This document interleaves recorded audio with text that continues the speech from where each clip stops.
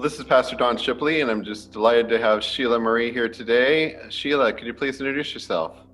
I am, as Don said, Sheila Marie. I'm currently a licensed local pastor serving as associate pastor at Wenatchee First United Methodist Church. I've only been a pastor for the last 8 years or so, and in my life before that was a hospital pharmacist for 30 years. Well, we wanted to talk about art today, so this will be a departure from our typical interviews because it'll be a bit conversation, questions, and show and tell. So, for instance, you have a quilt in the background. Can you tell us about that first before we begin our conversations? It is. It's made from scraps. I was looking for something to do that wasn't too stressful Mhm. or too mind intensive, and just played with color and style, and it has now become a commissioned work. Someone saw the quilting process and asked if they could purchase it, so who knew. Well, let's talk about art for a little bit. What's your artistic background? I am self-taught, so never in any of my formal schooling have I pursued art as such, but I was exposed as a kid to a variety of different arts and crafts. So no formal art degrees or anything like that, but now 38 years of quilting. So So, not too much art appreciation in pharmacy. no, no, but if you think about it, there's a lot of math and science involved in pharmacy, and so that informed some of my initial work. Very graphic, very precise. That reminds me of a conversation I had with my friendly pharmacist who said that she likes to deal with pills and such because they come in different shapes and colors. She And finds, there you go. so tell me about the creative process. How does you go from conceptualizing something to making something? How does that work? Early on, it was I would see a pattern that I liked, a quilt pattern or something in a book, and wanted to make that and use it and interpret it in my own way. And as time has progressed, I do my own design work, and I'm inspired often by a turn of phrase or something I see outside, or a specific shape or form, or even an idea, or sometimes a question that says, "Gosh, do you think what would happen if you tried to express joy in fabric?" Mm. Okay. So it works like that, and I'll get an idea, and I'm very much a graph paper addict, so I'll sketch to get a sense of scale and dimension, and Mhm. then I'll start trialing fabric and color palettes with fabric, and see where that leads. If I wanted to commission a piece on, I don't know, restlessness or anxiety or something like that, what would you do? How do you start formulating visuals that might be expressions of that? So you said that, and as soon as you say that, Hmm. my mind starts pondering possibilities. And often, if the quilt wants to be made, and you'll hear other artists say this too, I'm sure, the idea something will stand out that becomes the kernel of an idea. I can think of two possibilities just from those two words. And as soon as that starts, then I'll sketch a loose idea of what it is that I have in my head and attempt to express that in fabric. You typically work with fabrics. Why that particular medium? I tried painting, and I tried a couple of other things because I'm very attracted to color. And fabric, I kept coming back to fabric once I started. And I think it's the tactile nature. As a matter of fact, I know it's that. When I see a quilt, I want to come in, I want to touch it and Yeah. feel it. As the years go on, there's progressively more and more and more choice in what's available to work with. So to me, there are just infinite possibilities waiting for me to play. Obviously, it takes hours, days, weeks, months, years to complete a piece. How do you endure the lengthy process? I'm loading a question and making a statement at the same time. I don't have the patience to do that sort of thing. So how do you find the patience to do that kind of work? For me, it's it's kind of a zen-like thing. So when I have an opportunity to sew, I'll do that. It's about creating with my hands, I guess. So I just enjoy the process for as long as it takes. Mm. I'm not bothered by the time frame. So Zen-like state. Tell me about that. So there's a rhythm, at least for me, there's a rhythm to the work that I'm doing. especially for something like what's behind me when all the pieces are similar. So it's a pretty easy process to construct. Mhm. And if it's a more form thing, same thing, because one, I'll get started with something and it will lead to another idea or whatever. And there's just something about that process and just the opportunity to step outside of normal work and work with my hands. So when I ride my bicycle, I can find myself in a Zen-like state. And for me, Zen is when there's this emptiness. Is that the kind of Zen that you experience when you're working with fabrics and such? Yes. Yeah. Because and perhaps it's because I make that choice when I'm working with a quilt. I'm not thinking about the next thing I need to do. I just set aside time so that I have space to do that. You've also prepared pieces that are used in liturgy and in church contexts and such. I'm pretty fond of the circular one. Could you talk us through about that piece first? So the one you're referring to looks like this. Mm-hmm.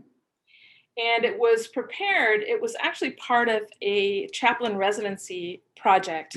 At the end of each quarter, we had long written things that we did, but we were also invited, if we chose, to express what we'd learned in a visual way. And so for me, I opted to take a look at my exposure to persons of color, the red, persons of other gender identification in this weird pattern fabric. And Okay. I set it up so that I moved through every 3 months of my life for 30 years, which is as much as I got done for that particular class. Yeah. And with each change and decade of my life, I increased the height of the fabrics, and maybe that makes a difference and maybe not. Here's what I learned is it was a way for me to, going back to that Zen-like thing, to sew out, to just work out my exposure and the impact my exposure had on me. And when I brought it in and shared it with my colleagues in that class, uh, the impact of this particular piece was far more than I could have imagined, because it spoke to them about their own struggles or their own learning curves. It was just meant for me to work something out. And that's the power of an intentional piece, I guess. The power to what exactly? To to impact people beyond myself. What's the next piece? Um, in terms of theology or work intentionally done to express something religious, I guess I would say. Mhm. This is another piece that I did, and it's hard to, this is something that's easier to imagine in person. What it is a Mobius strip, which is Mhm. a continuous infinity circle. It's a mathematical notion. It Right. was also the result of a clinical pastoral education unit. And the question was, how do you express your theology? And for me, this piece, I don't know how closely you Yeah, can see it, I but can see it. there is a green fabric that I have my finger on Mhm. that runs through every other piece of fabric that's in this loop. And all the other pieces of fabric on either side are different from one another. And theologically for me, we are all one in God. And no matter what we look like or where we are in life or where we are on this loop, God is present to all of us. And that was the representation. Infinity is obviously intentional, isn't it? That Mhm. God is timeless. There's no beginning and no end. Exactly. What's the next piece? Okay. So these next two were not made intentionally for use in a liturgical sense. They were actually both made in the 90s. And in my current location, working with an artist who does the chancel art in the sanctuary at Wenatchee First, she asked me if I had any pieces that would represent Lent or that kind of thing. And I said, gosh, I don't think I do. Mhm. And then I thought some more and I thought, well, so let me bring a piece in and see what you think. And this is what I brought in. Okay. If you What, can. what am I what am I looking at? And what you're looking at is a dimensional piece. It was designed as a movement from dark to light with birds in flight. That's what it was designed as. It's called This One Will Fly. And when this particular individual saw it, what she saw was the movement from dark to light that we look at in Lent and in many other contexts of our spiritual life. And Right. so it was hung in the parlor of the church for Lent Yeah, to, it's a common theme, that dark to light, and yeah. certainly is a unique representation of that. I see also the graduations as well. It's Mhm, not just black and white, but shades of gray as well, which shows the kind of progression that we go through in life. mhm. There's no sudden changes. Oftentimes, it's just little incremental bits. And sometimes, there's an overlap as you move from one stage to the other. You can see these. I mean, there are lots of ways to look at it. And Mhm. that it speaks in that way uh, is just amazing to me. I love it. What's the next piece? So this one was created as a contest piece, and I wanted to try specific quilting techniques, and so there are a bunch of them inside of this. Hmm. Uh, and it's called kimono because of a fabric piece that was used.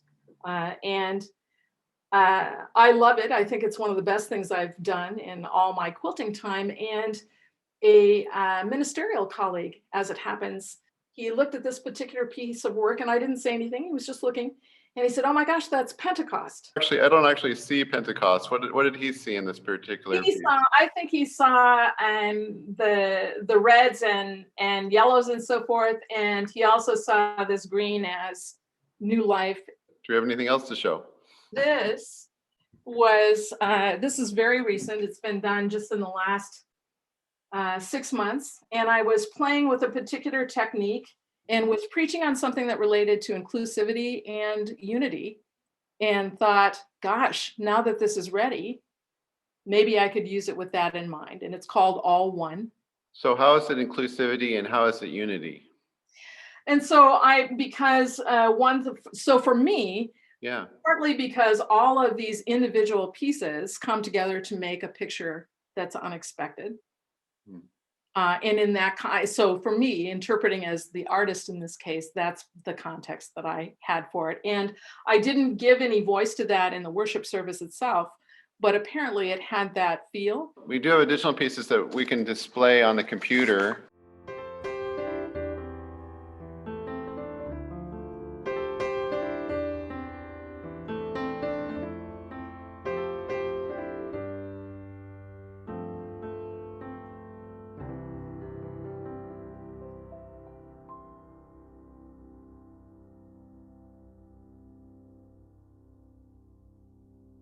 Obviously, those are fairly straightforward representations, aren't they?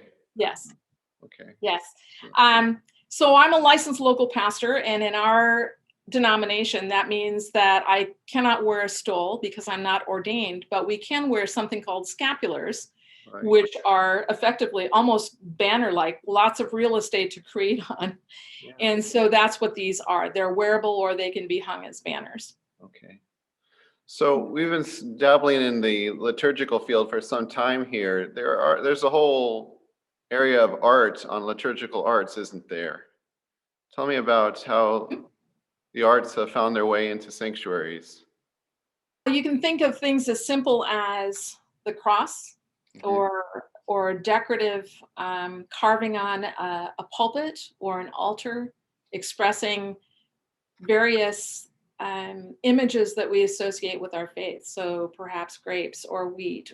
They're expressions that give a visual context, or a visual starting place, at least in my mind, for what we seek in deepening our relationship with God. Do you find going into grand cathedrals or Orthodox churches, do you find those particularly moving? The work itself is breathtaking, and I love it from that context. I will offer that there are times when I can appreciate the scope of the artistry and how it's made and so forth, and it may or may not speak to me in the way that something simpler does. I think that's in the eye of the beholder, certainly. So, do artists see the world differently than those who aren't artistic, like such as myself? I'm a very visual person, so I tend to interpret visually. For someone who's an audio person the art that they react to may be poetry or a turn of phrase or a particular book or that kind of thing. Mhm. So I'm not sure. Certainly, those of us who define ourselves as artists see in a particular way, but I don't know that it's necessarily an exclusive way of seeing. We all have the ability to see, and we bring our own lens and our own perspective. So, in a sense, it's really about that and not about a particular category of person. That gets us into interpretation. And is there an intended interpretation for most artwork that you create, or is it just sort of happenstance and chance that people find meaning and lessons or inspiration in your pieces? I might create it or design it with something specific in mind, but I would offer that it's how it's seen once it's done is as individual as the person who's looking at it. Can your art be incorrectly interpreted? I mean, is there a wrong interpretation? So, for instance, the parable of the sower isn't a recipe for a souffle in disguise. So, is it possible that there are pieces that might be just entirely incorrectly interpreted? I believe the Bible is a living document, so I struggle with the idea that scripture can be interpreted incorrectly, out of context perhaps, but and that's probably a conversation for another time, but maybe it applies here. Um, I'm not for me personally, I'm not sure that there's an incorrect interpretation in terms of art. It's just what appeals to you. So one person may love a piece that I do and the other may hate it. Which one's correct? Neither. It's whatever that impact is, and I would also offer that whatever that is, if it inspires or conjures an emotion or gets someone thinking, to me that's the more important piece. Right, wrong, or indifferent. What creates conversation and connection in interaction with the piece? That's the part that interests me. I'm a bit of a perfectionist, as my congregation will no doubt state. And so, are your pieces perfect? Are there flaws and imperfections in them? And what do you do about those little imperfections?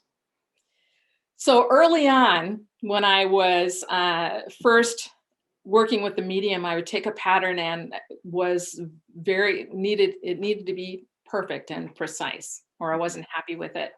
And got to be quite good at creating precision pieces, and that exists to this day. The piece behind me is an example. If you could see it up close, it would be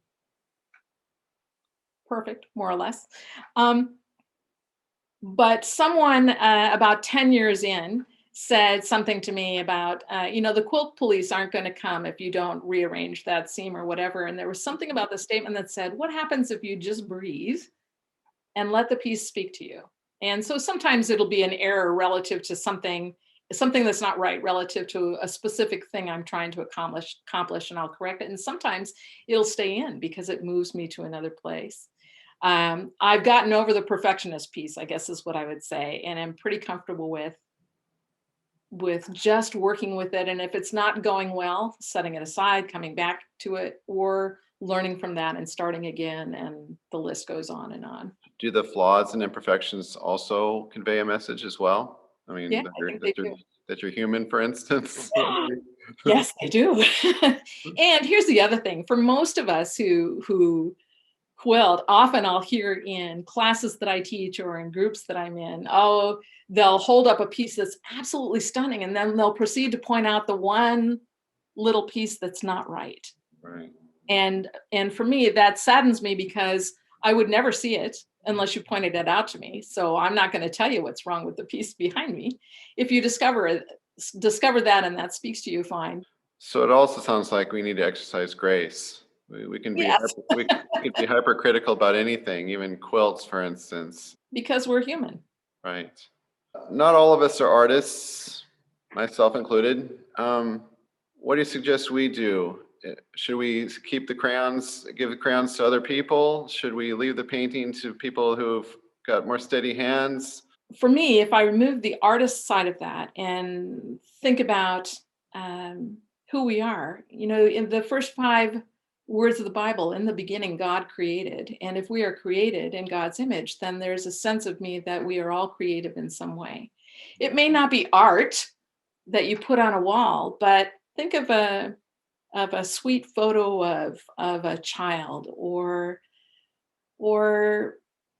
I don't know, a drawing that someone has made that may not be perfect, but it talks to you, Hmm. or a photo that you have, or a poem that you see. All of those are creative pieces of us, and how we interact with the world is creative. If you think of it, every one of us unique. So each thing that we do, how we tell a story, how we're speaking today, is a form of creativity. And in that context, not to call everyone an artist, I guess to me it's more important to lift up the creativity that sits in each of us that we may or may not see. I've also, you also hear well, for every artist, there needs to be someone to view the piece. So I suppose that you could look at it that way. But to me, it's this creative spark in us that's the most important. There was a quote that I found, and it's from a poet named Christopher Poindexter. And he says, "We cannot be whole by simply wishing that we were whole, and we cannot taste greatness on our lips that way either. So above all, my beautiful, peculiar, translucent child, be passionate.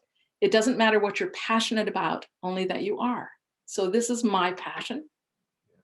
Yours will be something different. And the passion that sits inside us that draws us to do the things that we're here to do is that creative spark in each of us. That's beautiful. And in fact, is in keeping with the whole point of having these instant faith sessions is that I hope to tap into people's passions. There's a painting at University of Oregon that has always spoken to me. I went to school at University of Oregon, and every time I go to the school, I go to the art museum as a pilgrimage of sorts to see this particular piece of art.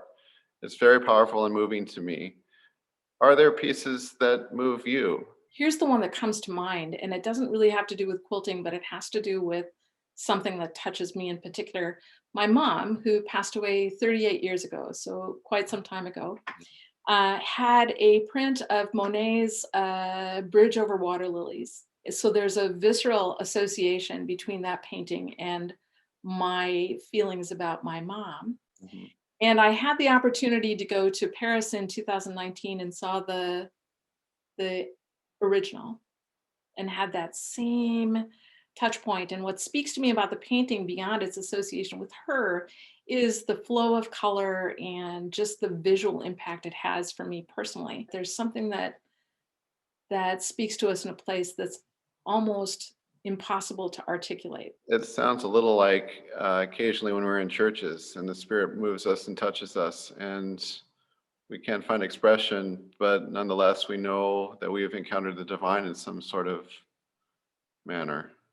I So, call those God moments. yes, yeah. Yes, and it's You can like that. have, so you can have art moments as well, huh? Exactly. So, what particular scripture inspires you?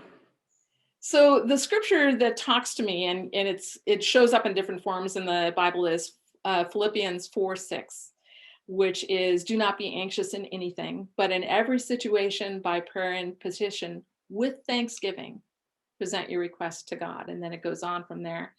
And what holds me in that is, with thanksgiving in all things, appreciate what's inside of that, give thanks and pray. What hymn or song? Oh, I'm a the faith we sing kind of gal. All right. So a It's favorite from there is supplemental to our hymn book. Yes. What you got? uh, the hymn "You Are Mine." I have called you by your name. You are mine is how that starts. And there's something about that when I hear it that just strikes me each time. What's striking you? Child of God, and not just me, but if you imagine singing that or hearing that in a body of people, that in a sense it feels like Christ, God, the Spirit speaking to each one of us, saying, "I have called you by your name. You are mine." Thank you very much for sharing your pieces and talking about art. May God Gosh, bless thank you you. for having me. God bless you. You too, Don. Thank you.